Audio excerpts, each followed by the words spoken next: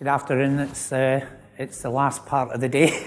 People have slowed through, and I hope that everybody's not particularly tired. My name's Mike Smart.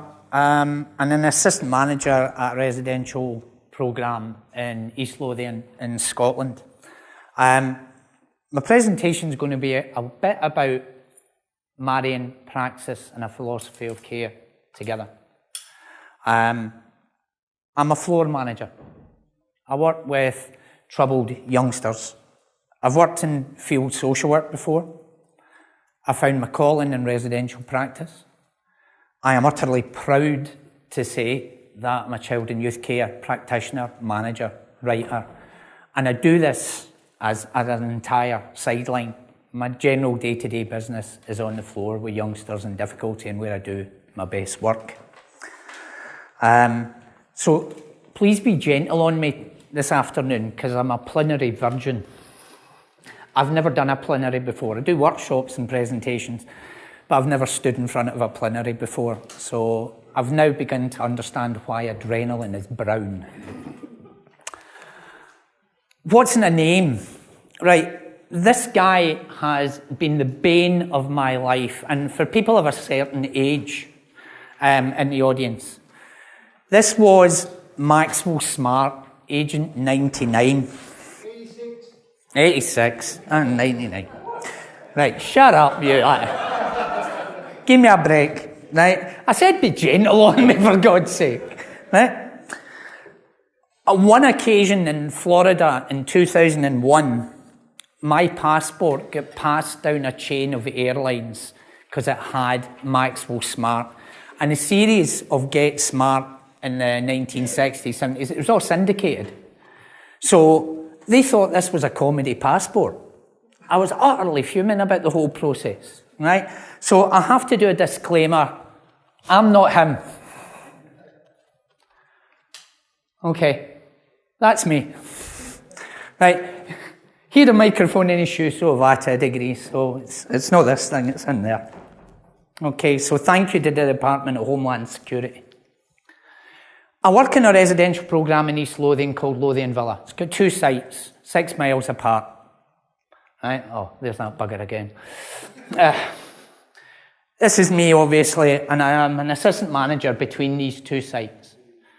I work with youngsters probably about the age of 13 to about anything up to about 25, 26. And we have an extended aftercare programme that's run for now 20 years, where I'm still working and in connection with and in relationship with youngsters that left us in 1995. They're part of our different kind of family.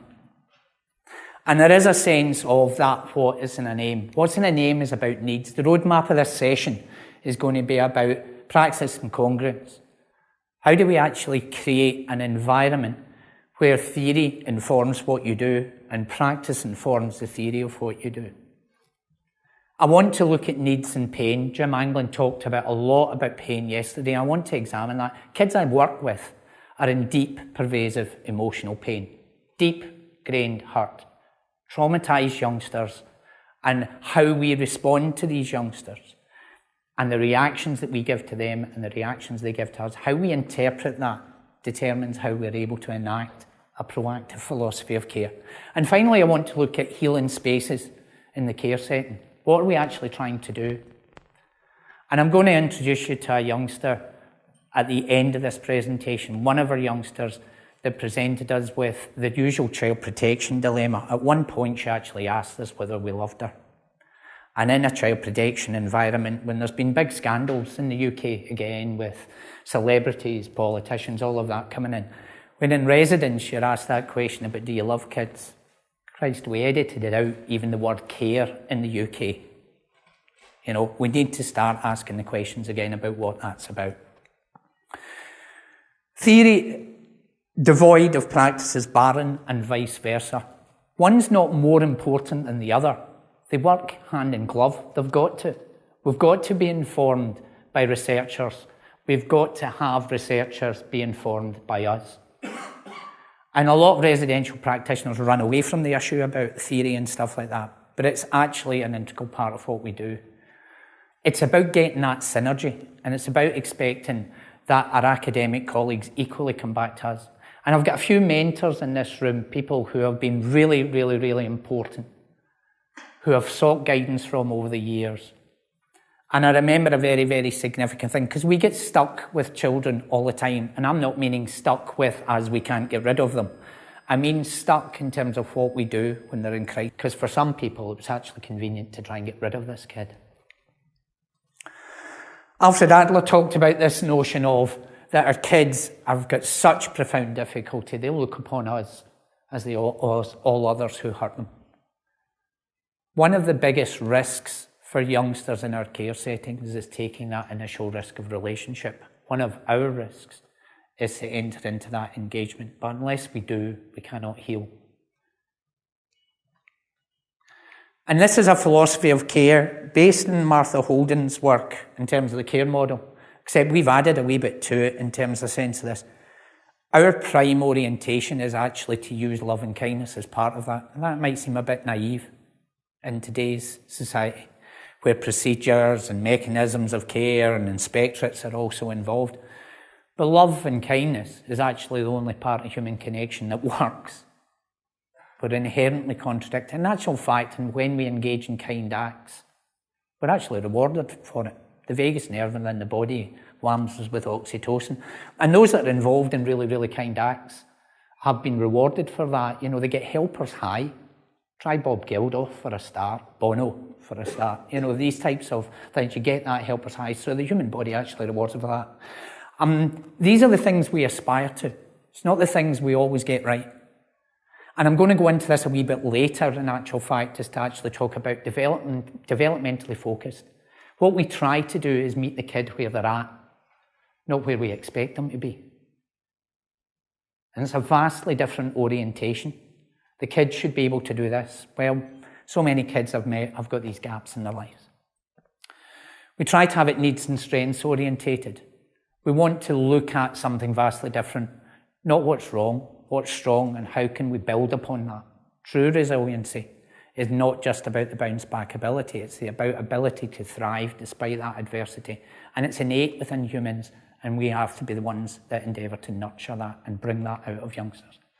Has to be relationship focused. Nothing happens without the relationship. You can have the rule book as length of your arm, but the bottom line is I've not met one youngster that's done anything that I wanted because the rule book says so.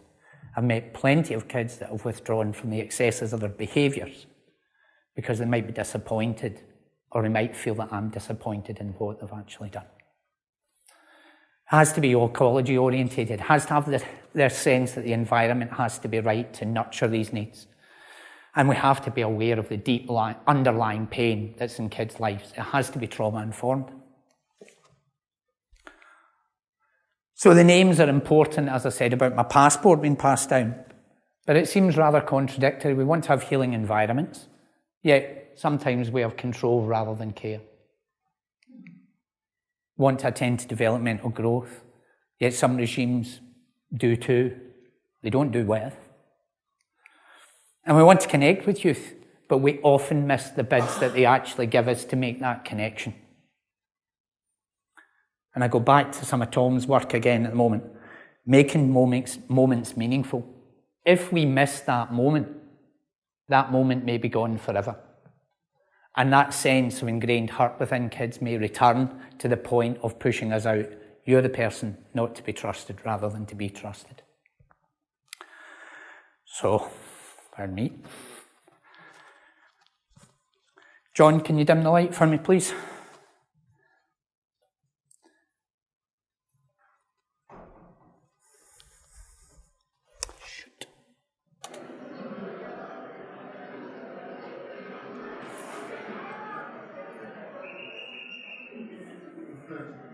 Ladies and gentlemen, the pool will be closed for 5 minutes. Exit the pool. Everyone out. I have a small bathroom break I have to do.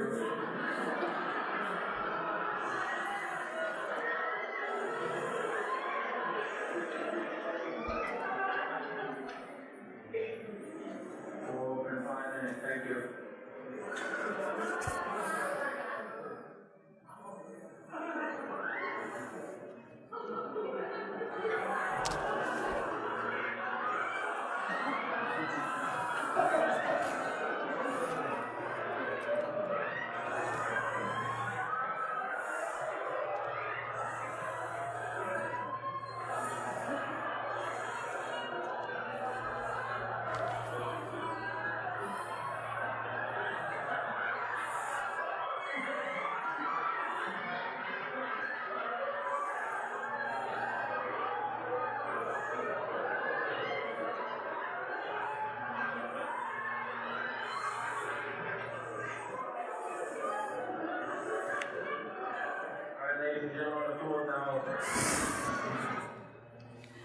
Okay, that's a bit frivolous, but at least we could say the guy's needs were met, you know. But it's a fundamental human need, not just to belong, to have connection, not just to have competency and skills in your life, not just to have power and control over your life and autonomy over your life.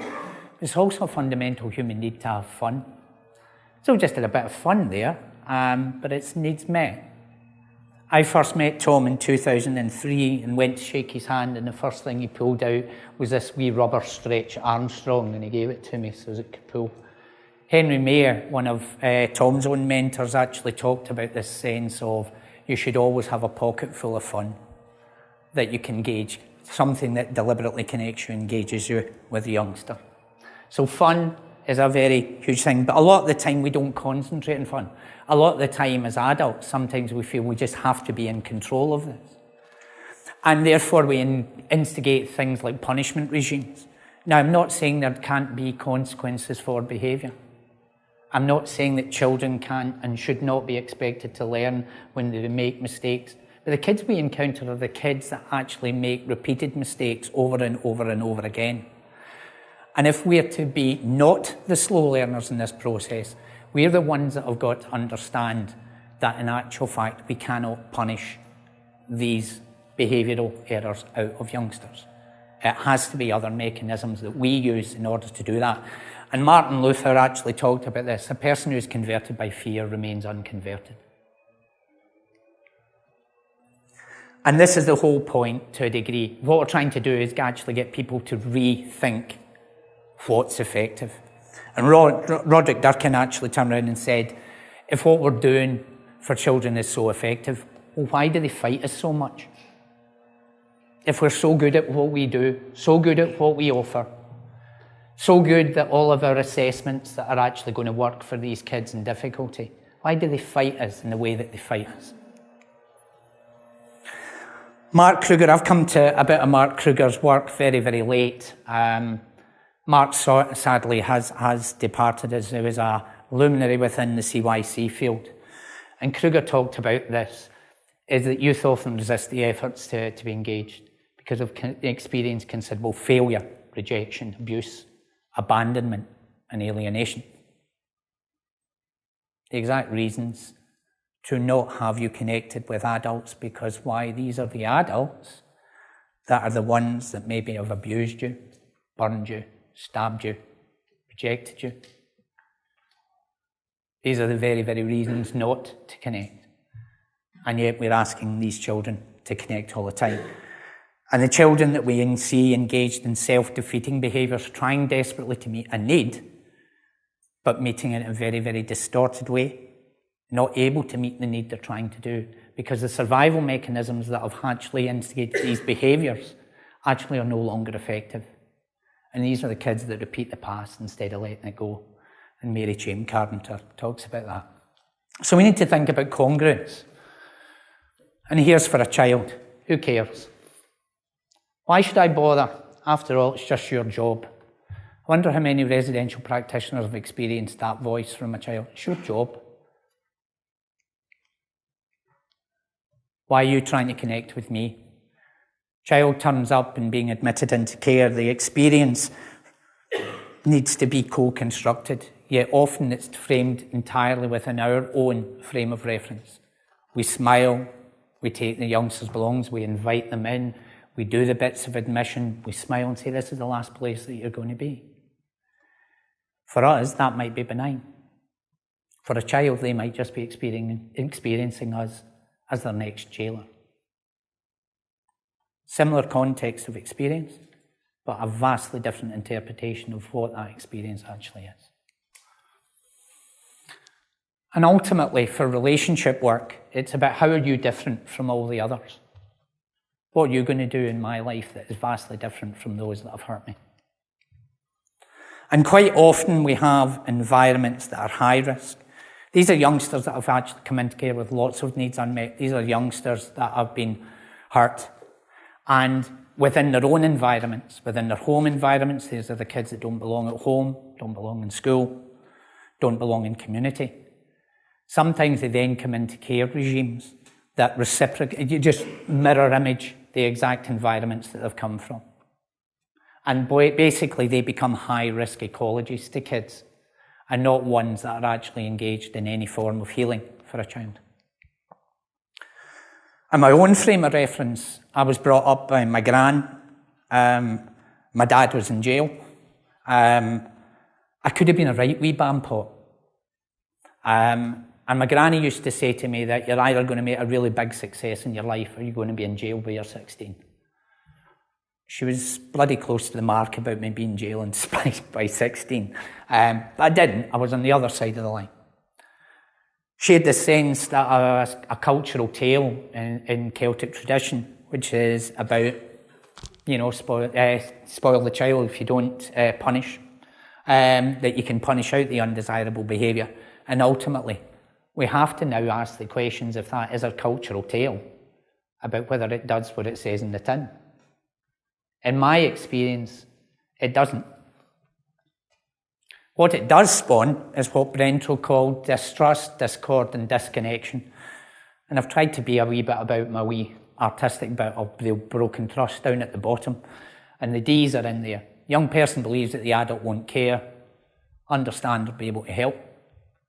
Discord, young person and the adult don't share the goals, e.g. the adult seeks out control or change, young person wants autonomy. Disconnection, joint conflict and avoidance characterise the relationship. How many times when we've had the kids that appear very, very adult, wary and not willing to do what we're wanting them to do we enter into these cycles with youngsters? And these disrupted ecologies caused a host of emotional and behavioural problems. I once had a parent that wanted to take their child out of care because they seemed to be getting worse and worse and worse and worse. And she came to us and she said, this cure's worse than the freaking illness. I need him out of here. And I need him out of here now. And whatever's going on, I'll try and deal with it now. I should have dealt with other things before. But it was very, very difficult for that kid and that parent. And sometimes we've not been particularly good at actually working in partnership with parents within the environment, claiming the parent as much as we claim the child. Jim Anglin was very clear about this yesterday, talking there's a 4-letter word in amongst what the child's experience, and that 4-letter word is pain. Adults consistently talk about children's behaviour when asked about what's going on for a child. When children are asked, they start to talk about their hurt. And for my master's thesis, I actually did work in terms of children's voices in transition and the deep hurt and pain and loss that was involved in children's lives was absolutely palpable, and it came through their words. Telling adults, there's something different.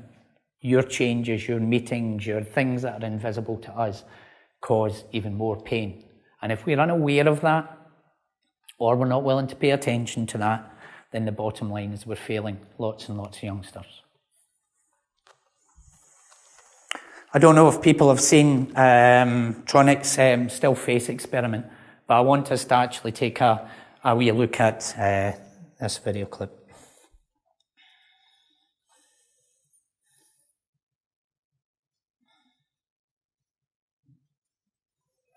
Babies this young are extremely responsive to the emotions and the reactivity and the social interaction that they get from the world around them. This is something that we started studying 30, 40 years ago, when people didn't think that infants could engage in social interaction. And the still face experiment that the mother did was she sits down and she's playing with her baby, who's about a year of age. And she gives a greeting to the baby gives a greeting back to her. This baby starts pointing at different places in the world, and the mother's trying to engage her and play with her. They're working to coordinate their emotions and their intentions, what they want to do in the world. And that's really what the baby is used to. And then we ask the mother to not respond to the baby. The baby very quickly picks up on this. And then she uses all of her abilities to try and get the mother back. She smiles at the mother. She points because she's used to the mother looking where she points.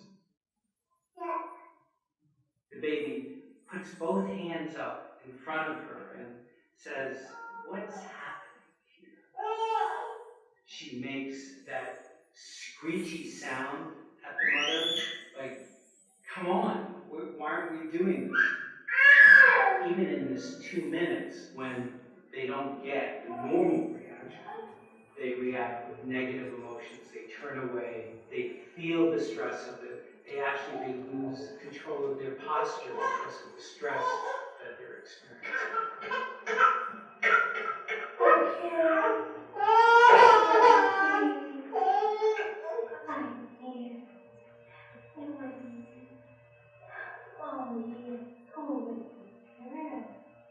It's a little like the good, the bad, and the ugly. The good is that normal stuff that goes on that we all do with our kids. The bad is when something bad happens, but the infant can overcome it. After all, when you stop the still face, the mother and the baby start to play again. The ugly is when you don't give the child any chance to get back to the good. There's no reparation, and they're stuck in that really ugly situation.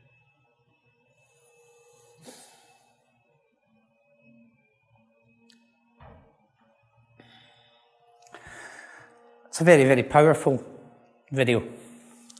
How many of the adolescents that actually go into my unit do I see actually stuck in that same position as the baby, with no time for recovery or healing, no sense of self, no sense of emotional containment, no sense of adults that have been ever able to help that containment? In John Steinbeck's novel, actually, The East of Eden, he talks about the hell of all fears as being rejection. And with anger comes crime. With all of that rejection, with all of these emotions behind the child, that hell of all fears actually remains stuck within the human psyche. And that is the story of mankind as he finally concludes that part of the book. And these are the children that we actually have that are almost the psychological orphans. And I turn to Mark Kruger again, and he talks, their greatest fear is they will be abandoned again. Hurt, pain, perpetual emotional hurt and pain. In Leon Fulcher's book with Elise Moran, they talk about this. Talk about the labels and understand. That defined us as juvenile delinquents and later helped us fulfill that destiny. I'm not so sure that a child running away from something that is abusive and demeaning is delinquent. And yet we will label youth all the time in an attempt to meet their needs in that particular type of way.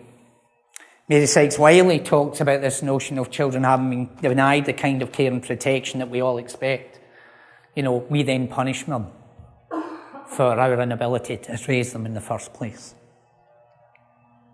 And ultimately, as Austin and Halpin actually say, children come into care because they come from being out of care. I was in the previous workshop about the youngsters that have come in terms of migrant populations, and there was a description of a 16-year-old laddie that was held to look after, but in actual fact, the deep pervasive was from Afghanistan, and he literally did the self-harm stuff from shoulder to arm, right there, scoring and scoring and scoring and scoring, trying to actually mediate against the pain, the emotional pain that he was actually in. And the bottom line of that is we see this sort of stuff and we see that pain-based behaviour manifest time after time after time. I hurt myself today to see if I still feel or focus the pain, the only thing that's real. And I'm pretty sure a lot of people have heard the song. So we need to think about what actually helps and heals. And if we're thinking about that, I've never been quite convinced that actually punishment regimes are the things that actually heal at all. But we've equally met a lot of children that almost seem like growling chihuahuas. Like no matter what you do, you know, that you're actually going to get it in the neck. There's going to be some issue that will actually arise and whatever.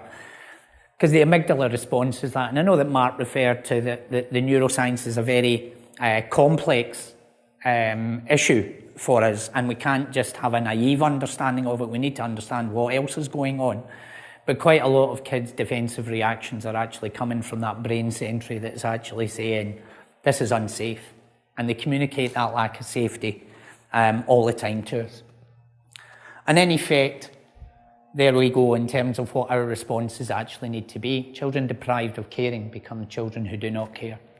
So many kids that actually give up on us turn around and say, hi, I don't care, I don't want what you've got. I'm not prepared to accept that. And these repeated failures are scary. But at least, you know, that sort of failure is at least familiar to lots of kids, and hence why it keeps going on. John and I did a slide yesterday, and I thought it'd be prudent to actually use it again, talking about the sense of our care cultures. When you plant a lettuce and it doesn't grow, we don't blame the lettuce. But quite often we're quite prepared to blame the children. It's our care regimes. We're the ones that need to do it. So we need to establish ecologies of optimism. A member of staff in Lothian Villa actually talked about what she did, very, very effective practitioner, that she actually talked about a sense of every single shift of life, she started that shift with new hope. Didn't matter what the day had been previously. Didn't matter how it had gone wrong. But the bottom line is every single day she was going to invest her hope in children again. And she would communicate that to them. And this is a male/female issue, to be perfectly honest. And there's something, a wee indictment on our systems. I wonder how many of our systems, if run by women, in terms of notions of compassion and understanding, if those women were actually in charge of our society and our systems, I wonder whether we would organise our regimes in such a punishment-orientated way.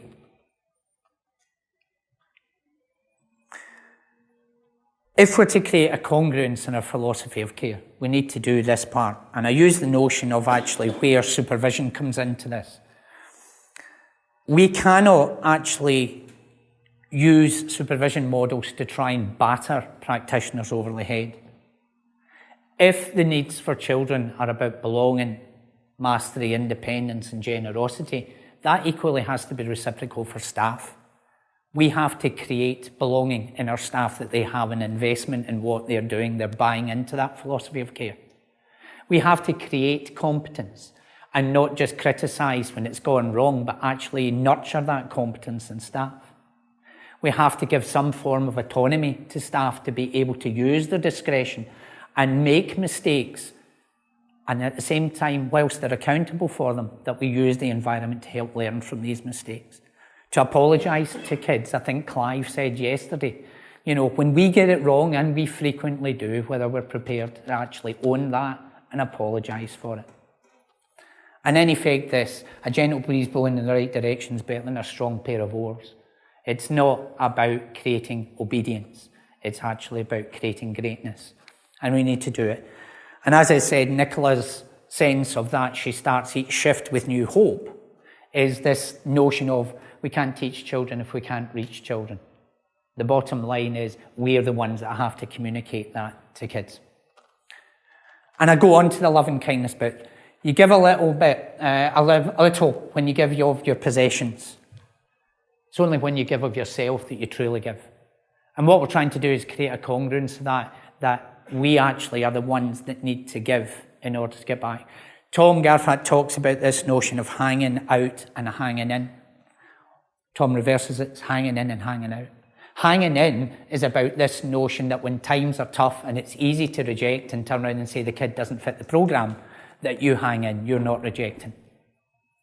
Hanging out is that engagement in the child's world so that they can then come into your world. And our staff are not in offices, they have to be on the floor. Leon Fulcher talks about this notion of zones of proximal influence. I'm not going to get particularly technical about that, but in reality of that is your learning zone for teaching kids is about 3 feet. If you're stuck in the office, you're nowhere near 3 feet. Your influence with kids is within such a close, confined space. That's where children learn. So we need to head for a better destination. And I thought I would use one of Mark's quotes in terms of rethinking residential childcare. Henry Mayer talked about this notion as we need to head for a far, far better destination than we've been in the past. In Mayer's model, starting with the wrong place, good behaviour results from good personal relationships. Can people take a quick look at this image on screen? Can I ask if people actually see that image moving? Yeah? Can I ask people then who see that image moving to actually concentrate right in the middle here? When you concentrate in the middle, does the rest of the image move? No. If anything, it's a strong metaphor about putting the child at the centre. Then maybe that image there is one of the things that we actually need to do. Putting the child at the centre, then suddenly the rest of it doesn't look like spinning plates. Now, we talk about putting the child at the centre, but quite often we do exactly the opposite. And therefore, this is the whole part about the communication of needs once again. And Tom talks about this notion of all behaviour serves a purpose. Our task involves working out what that need actually is, and then meeting it in a far less destructive way, if we can. Brento talks about this notion.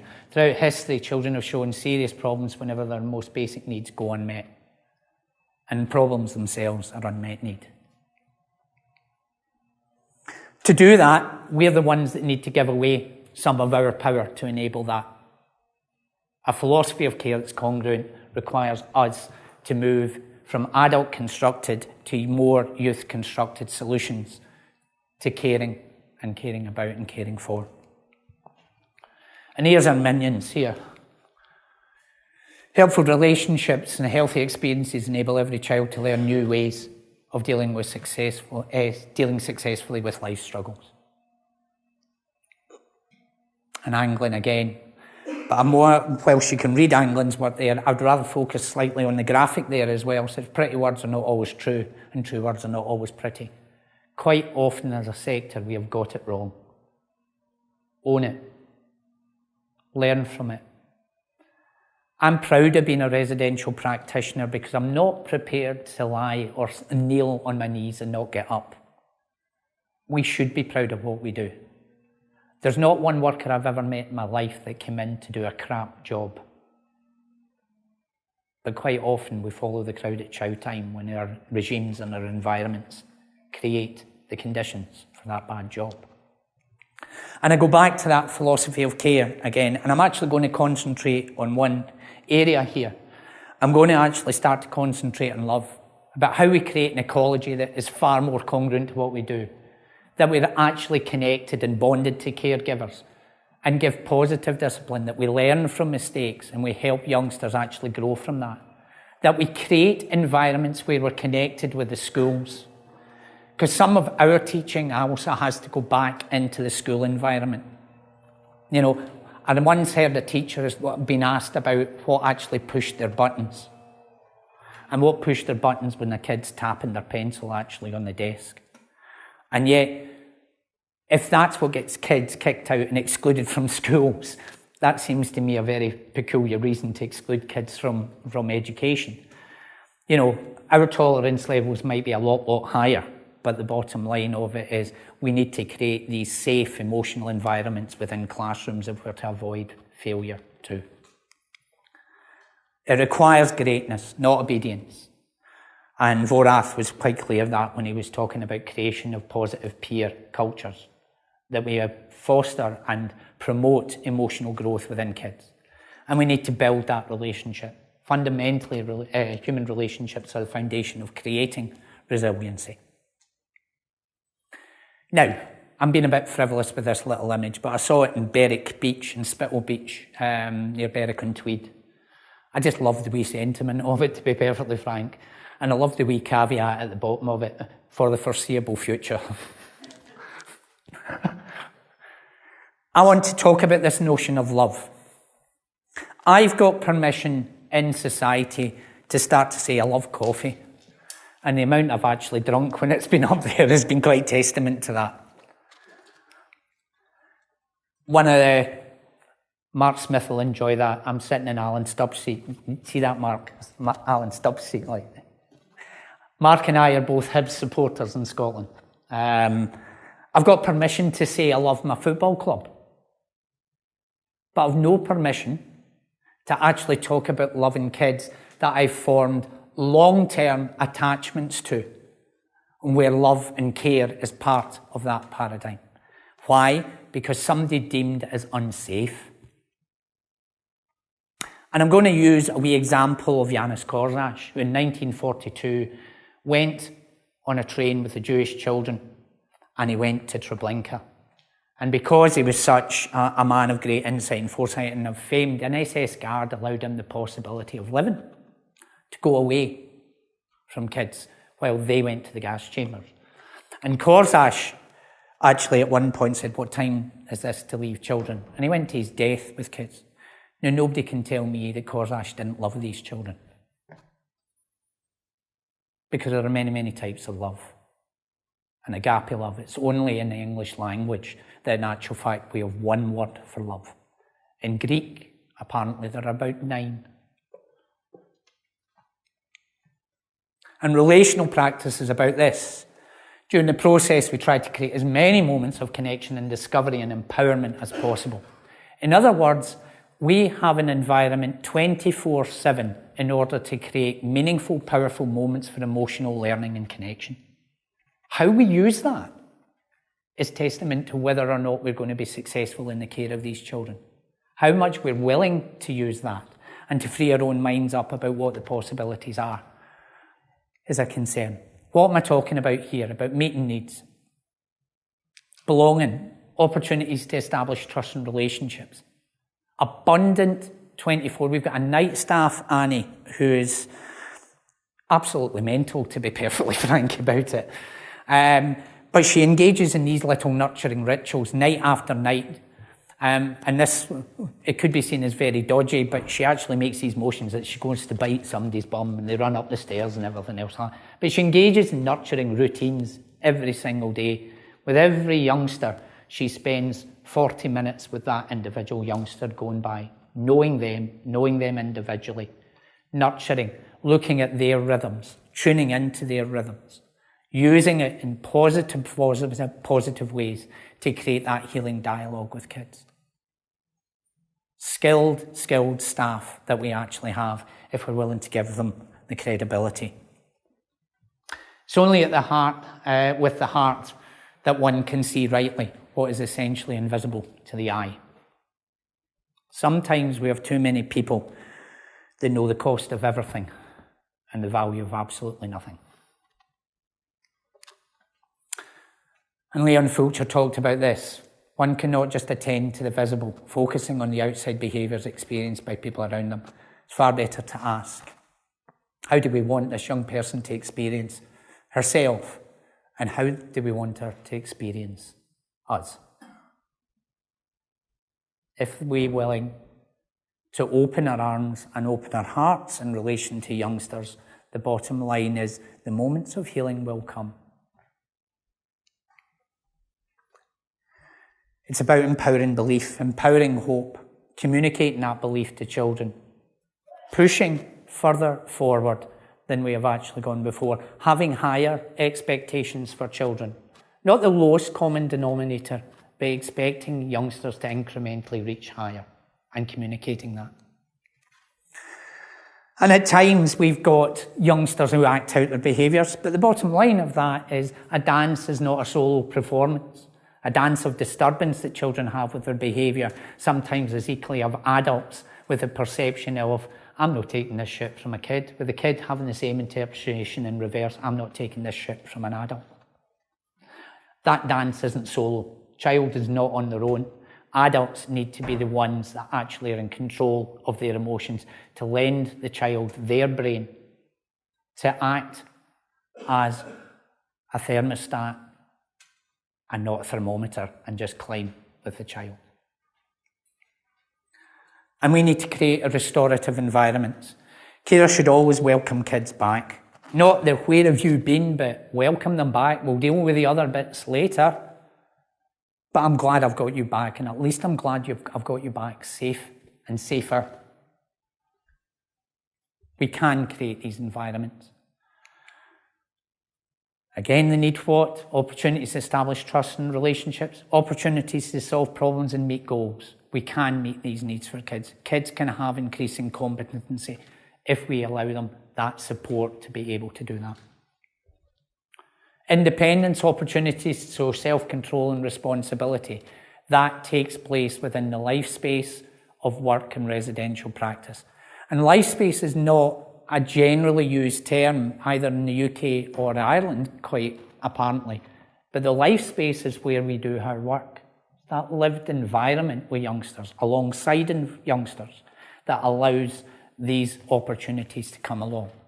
When a child is excluded in Lothian Villa, what we actually do is we get them outside in the garden and we're digging up the potatoes and things like that. And staff are actually engaged in something. And in that moment, you're engaged in discussions about trying to frame what is actually going on, trying to understand the context of what's going on for a kid. Empowerment goes beyond sympathy. Kids don't just need adults who go there. There is part of it, but it's also about actually trying to help the kid move beyond that point and to do something different. And we are the ones that are able to communicate that. Scott Larson talked about that. Scott Larson who's a pastor in America, talked about this notion when he actually worked with youngsters who were in juvenile custody, about what they felt about their situations in terms of the points of stress for them. And he asked them to do almost like a thermometer type of situation from their belly to their head, about if that was the thermometer. On a day-to-day basis, where was their stress level? I probably averaged that if I asked the adults in this room to do that, then probably people would say probably about there. Virtually to a person, these kids were actually talking they're about there. It's not big things that tips kids over the edge. It's tiny wee further stressors on top of what they've actually got. And unless adults are skilled, the bottom line is they can't reduce that stress and act as the emotional containers for learning for these kids. I'm going to try and finish us off just now because I'm conscious of my time. And I want to play a bit of Gemma's story. Gemma was a youngster that after a journey of 3 years with her, she asked us the question over the dinner table one night, do you love us? And people who attended John and I's session yesterday, we referred to Gemma. And she's given us permission to show this video. But this was made by the Care Inspectorate in Scotland. And they were looking at aftercare provisions and support for youngsters. Now, I'm saying that Gemma's had 3 years of her care. 18 months of utter hell with her before this. This is her after her care. And I want you to, at one point, actually look at Gemma's incredulity when he asks about whether or not she's given aftercare support by someone else other than Lothian Villa. Her look is astonishment in terms of saying, why does that happen with someone else? Her expectation is her family of Lothian Villa took care of her and would continue to take care of her.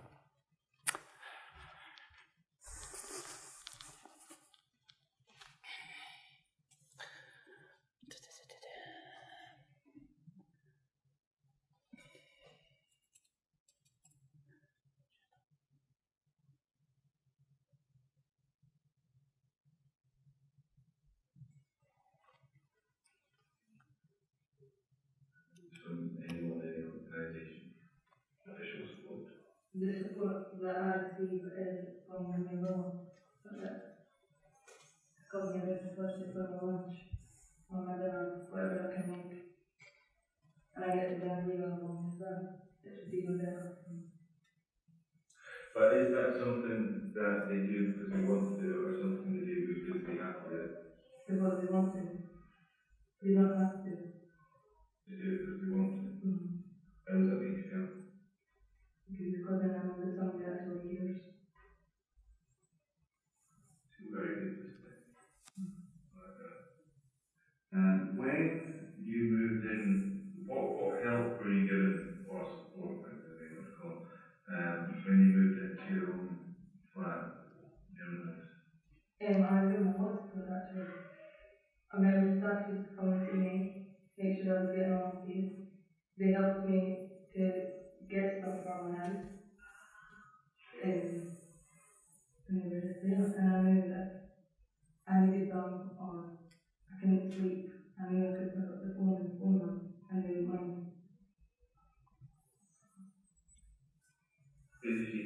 have someone there for you, by the way, everyone here has been there for you, how does that make you feel? Lonely. Very lonely. How did you feel when you first moved into your flat? As a mess. Couldn't stop crying. Was terrified. But it was exciting at the same time. It was more scary rather than exciting. Why was it scary? I was in there for 3 years. And there's always so many people in the house, and going from so many people in the house to just me. It was scary. Do you remember your first night? Yeah. In your new place? Yeah.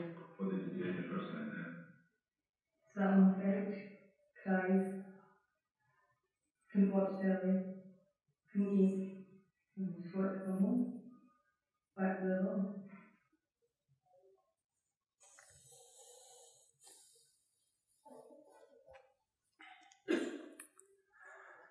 I'm going to leave. I'm conscious of our time, and I'm going to try and draw the session to a close. I want Gemma's voice to speak volumes.